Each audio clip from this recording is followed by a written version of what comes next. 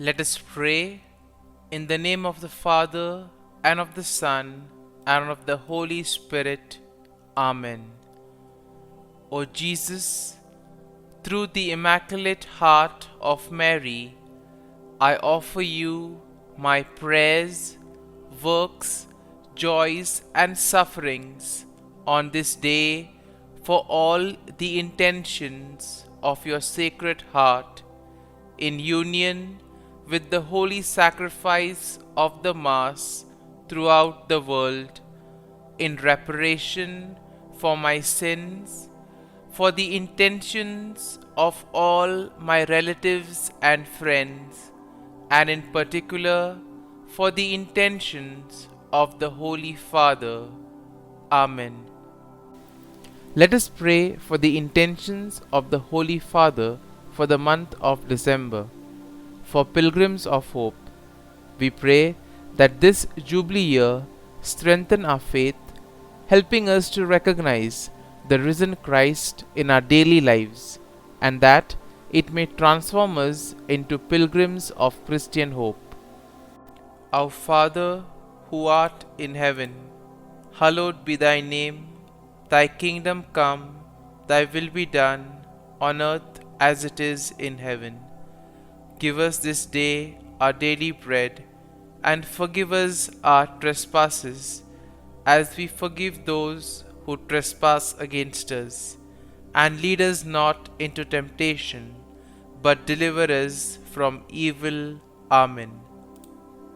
Hail Mary, full of grace, the Lord is with you. Blessed are you amongst women, and blessed is the fruit of thy womb, Jesus. Holy Mary, Mother of God, pray for us sinners, now and at the hour of our death. Amen. Glory be to the Father, and to the Son, and to the Holy Spirit, as it was in the beginning, is now, and ever shall be, world without end. Amen. My dear friends, the Word of God welcomes us this morning. And as we prepare ourselves to enter into this new day, as we prepare ourselves to spend this time with God, let us close our eyes at this moment and let us praise the Lord. Let us thank Him that He has woken us up this morning. He has given us good health. He has kept us in His love. Most importantly, we see that at every moment His gaze is upon us. He loves us. He protects us. He guides us. And for that, let us praise the Lord. Let us thank the Lord.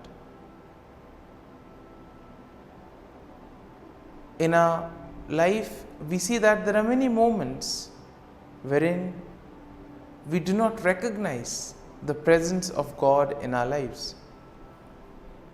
There are certain moments that we take for granted, and therefore it becomes difficult for us to recognize the graces and the blessings that we receive from the Lord. And therefore, as we begin today's morning offering, let us thank the Lord for all those blessings that He has given us. We begin by thanking God for the gift of life, for the various talents, for the various capabilities that He has given us. We also thank Him for the gift of our family members, friends, relatives, near and dear ones, and all those who play a very important role in our lives. We also continue to pray for all those who have been instrumental in shaping and molding us, and we ask the Lord to bless them abundantly and give them good health of mind and body.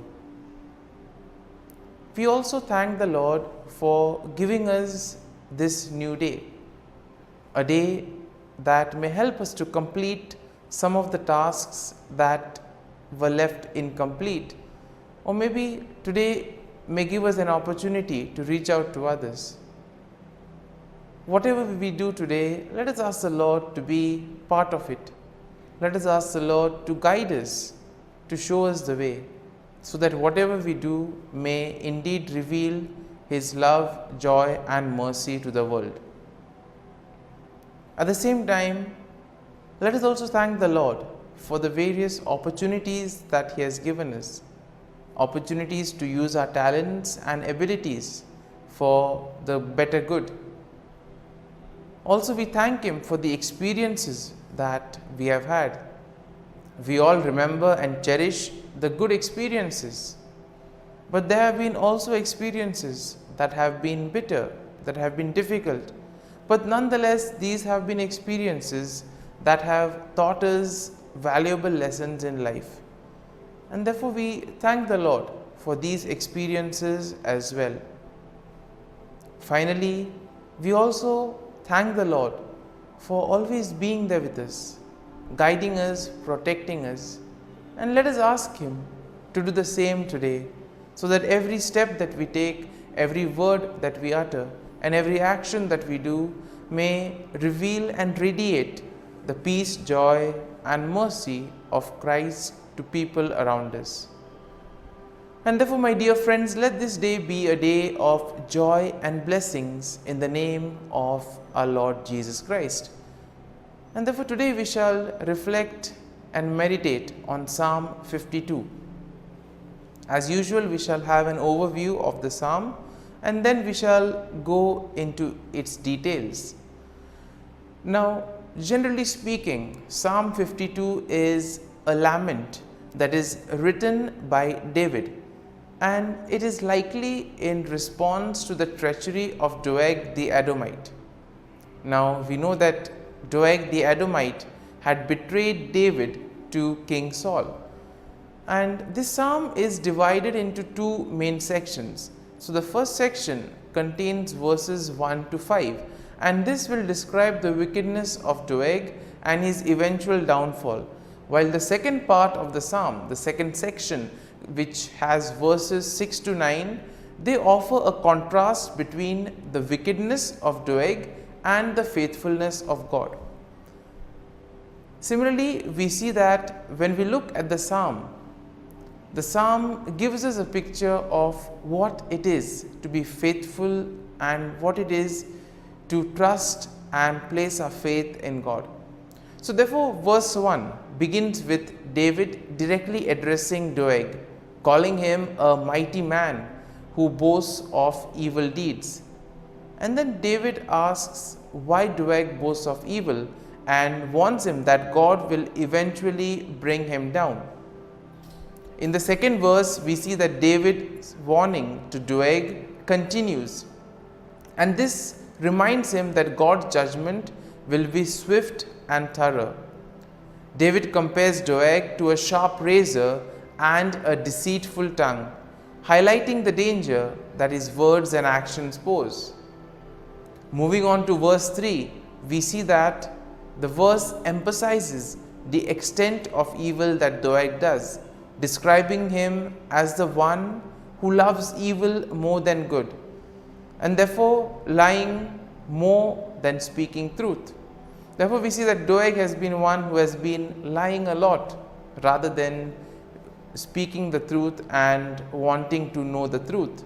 And therefore, Doeg is warned by David that his love of evil will ultimately result in his destruction.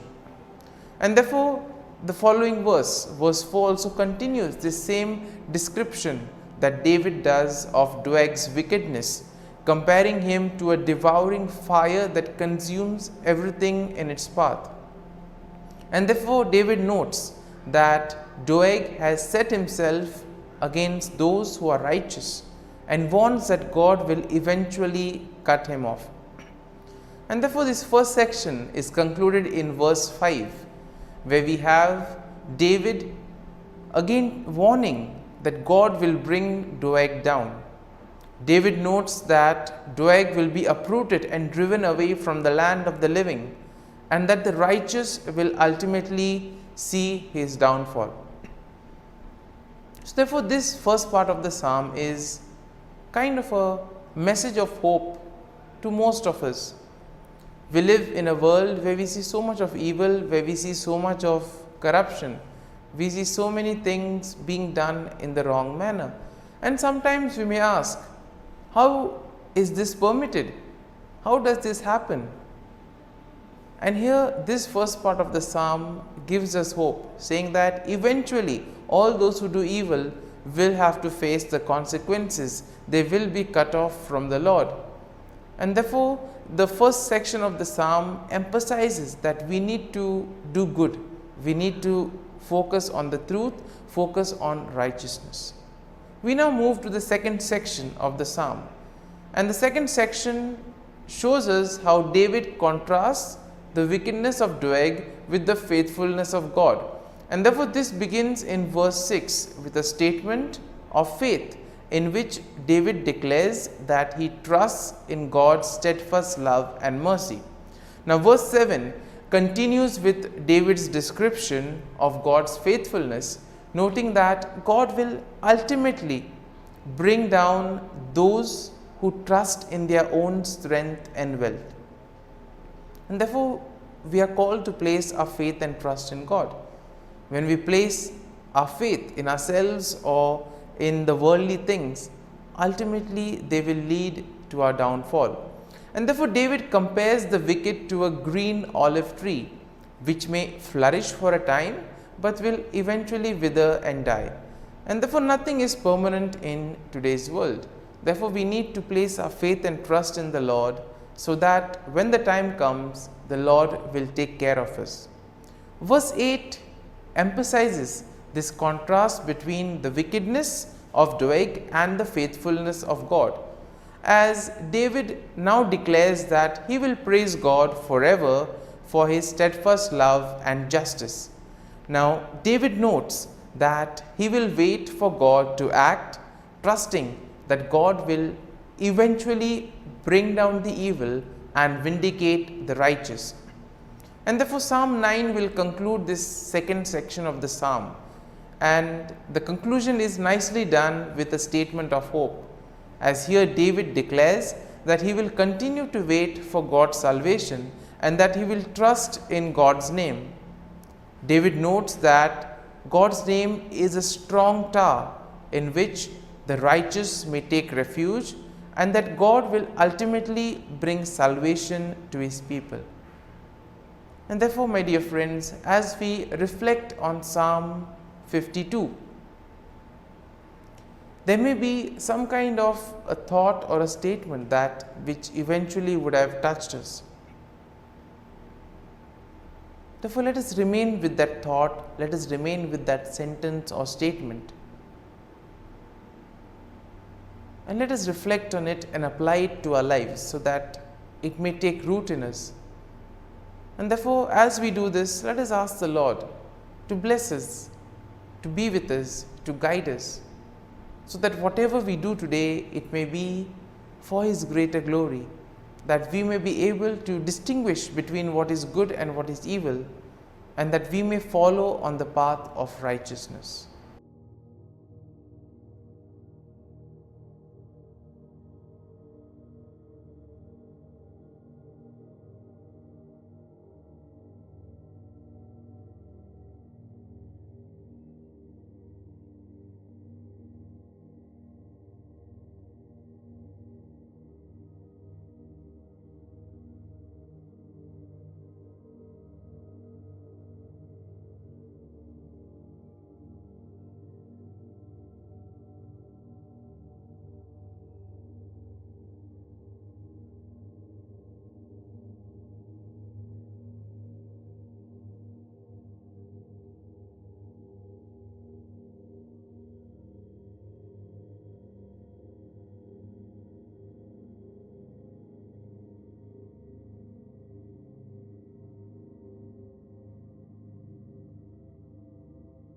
Pray to Saint Michael the Archangel for protection. Saint Michael the Archangel, defend us in battle. Be our defense against the wickedness and snares of the devil. May God rebuke him, we humbly pray.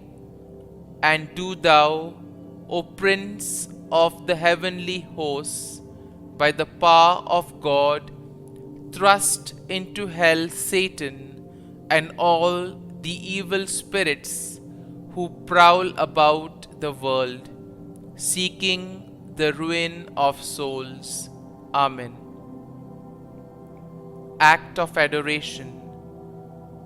O Sacrament most holy, O Sacrament divine, all praise and all thanksgiving be every moment thine.